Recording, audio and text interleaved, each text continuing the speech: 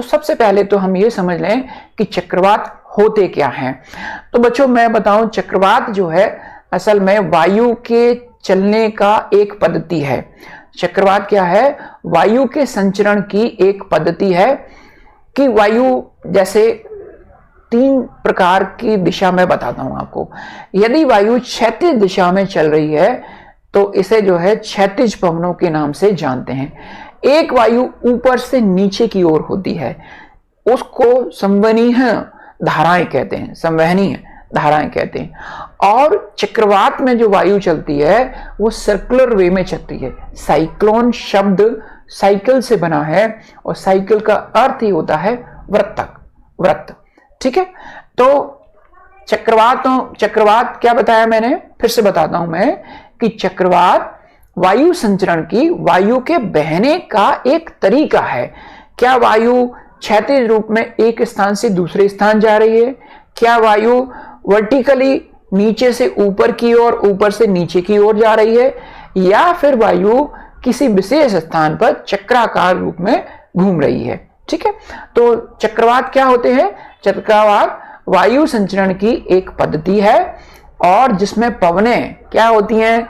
अधिक वायु दाब से कम वायु दाब की ओर चक्राकार रूप में चलती हैं।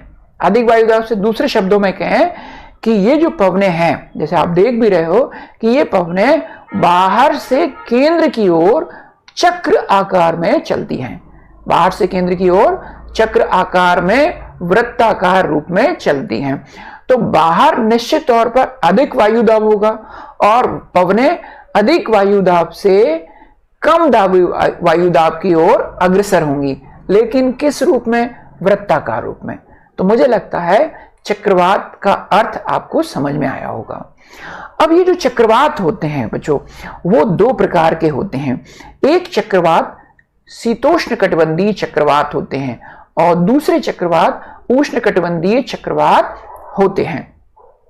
तो मैं ये हमारा पृथ्वी का ग्लोब है, तो यहां पे मैं थोड़ा सा बता देता हूं आपको कि शीतोष्ण कटिबंधीय चक्रवात या उष्ण कटिबंधीय चक्रवात किसे कहते हैं। तो जो चक्रवात उष्ण कटिबंधीय क्षेत्र में आते हैं, जैसे ये भूमध्य रेखा है, भूमध्य रेखा से 23.5 डिग्री नॉर्थ यानी कि कर्क रेखा और 23.5 डिग्री दक्षिण यानी कि मकर रेखा के बीच का जो क्षेत्र है उसे उष्ण कटिबंधीय कहते हैं। इन क्षेत्रों में जो चक्रवात आते हैं उसे हम उष्णकटिबंधीय चक्रवात कहते हैं और जो दूसरे चक्रवात होते हैं वो शीतोष्णकटिबंधीय चक्रवात होते हैं। तो मैं बताता हूं यहां पर कि ये शीतोष्णकटिबंधीय चक्रवातों की उत्पत्ति 66.5 डिग्री, मतलब 66 सही 1/2 डिग्री नॉर्थ और 66.5 डिग्री दक्षिणी अक्षांशों में उत्पन्न होते हैं। चूंकि भारत उष्णकटिबंधीय क्षेत्र में आता है तो हम उष्णकटिबंधीय चक्रवातों की अधिक चर्चा करेंगे।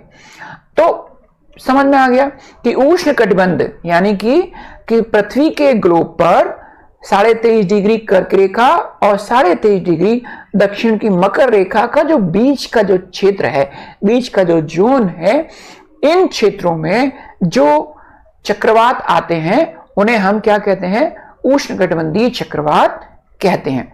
यहां वर्ल्ड मैप से भी मैं आपको फिर से समझा देता हूं। वर्ल्ड मैप में ये जो है ये इक्वेटर है, ये इक्वेटर है बच्चों, ये इक्वेटर जा रही है यहां से, ये इक्वेटर जा रही है, ठीक है, ये इक्वेटर है ये, और ये है हमारी ट्रॉपिक ऑफ कैंसर, ये ट्रॉपिक ऑफ कैंसर है और ये है ट्रॉपिक ऑफ कैप्रिकॉर्न।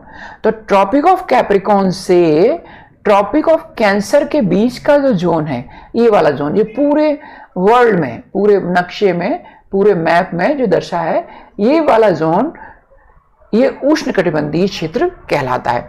तो भारत से ट्रॉपिक ऑफ कैंसर गुजरती है तो भारत जो है ट्रॉपिकल जोन में आता है, ठीक है। तो अब हम फिर से देखते हैं कि ट्रॉपिकल जो साइक्लोन्स होते हैं वो कैसे ओरिजिनेट होते हैं। तो मैं एक चीज बताता हूं आपको कि साइक्लोन क्या है। साइक्लोन पवन के बहने की, पवन के संचरण की एक पद्धति है। इसका मतलब है कि पवन का बहना शुरू होना चाहिए, वायु या पवनों का बहना शुरू होना चाहिए, एक स्थान से दूसरे स्थान तक जाना चाहिए। सबसे पहला ये तो पवनें एक स्थान से दूसरे स्थान तक कैसे जाएंगी? सिंपल बात है कि पवन, कोई भी हवा, वायु, जो हमारे वायुमंडल में जो वायु है वो कैसे एक स्थान से दूसरे स्थान तक जाएगी? High pressure to low pressure जाएगी। उच्च वायु दाब से पवनें निम्न वायु दाब की ओर अग्रसर होती हैं। तो इसका मतलब यह हुआ कि यदि पवन संचरित होगी, यदि पवन बहेंगी, तो दो क्षेत्रों के बीच में वायु दाब में अंतर होना चाहिए। पक्का वायु दाब का अंतर होना चाहिए। एक क्षेत्र का वायु दाब अधिक और दूसरे क्षेत्र का वायु दाब क्या होना चाहिए? कम होना चाहिए।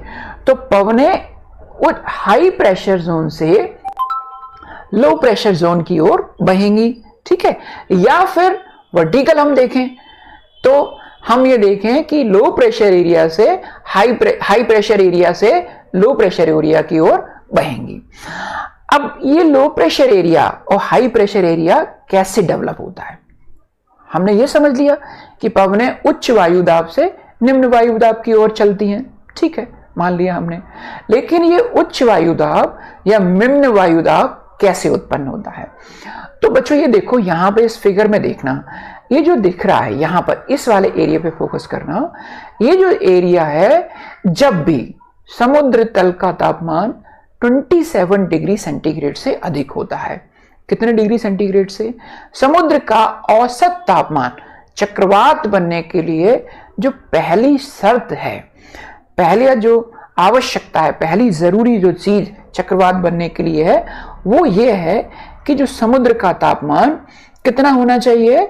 वो 27 डिग्री सेल्सियस से अधिक होना चाहिए। क्यों होना चाहिए 27 डिग्री सेल्सियस से अधिक?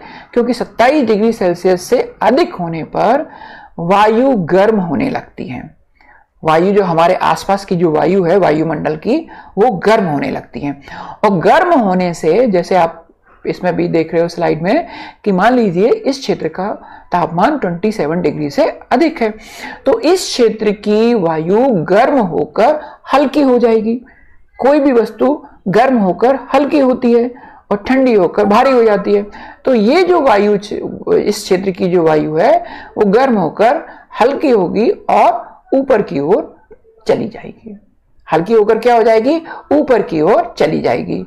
और इस क्षेत्र के जो आसपास का जो क्षेत्र है, वहां से ठंडी वायु कहां पर? ये जो रिक्त स्थान हो गया, यहां की वायु तो कहां पहुंच गई? ऊपर की ओर। तो यहां क्या हो गया? वैक्यूम क्रिएट हो गया या लो प्रेशर एरिया क्रिएट हो गया, और यहां उच्च वायु दाब से निम्न वायु दाब की ओर पवनें चलना आरंभ कर देंगी, ठीक है। अब देखिए, ये प्रक्रिया कंटिन्यूअस चलती रहती है, ये प्रक्रिया कर चलती रहती है कंटिन्यूअस।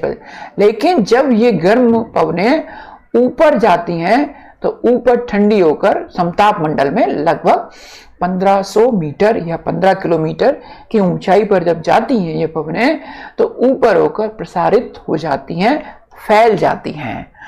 और फैलने के बाद इन पवनों पर पृथ्वी के घूर्णन के कारण लगने वाला कॉरियोलिस बल काम करना आरंभ कर देता है। जैसे कि आप चित्र में देख रहे हो कि ये जो पवनें, हमें पता है कि हमारी पृथ्वी कैसे घूमती है?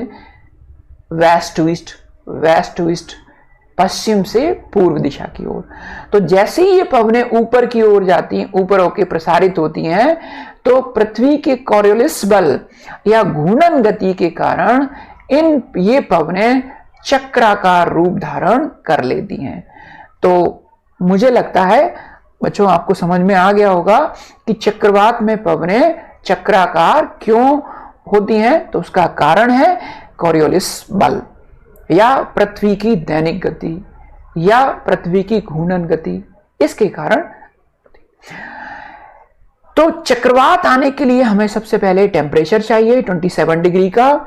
दूसरा जो है, चक्रवात आने के लिए एक बहुत ही बड़ी जलराशि यानी कि ओशन, सागर, समुद्र चाहिए, ठीक है।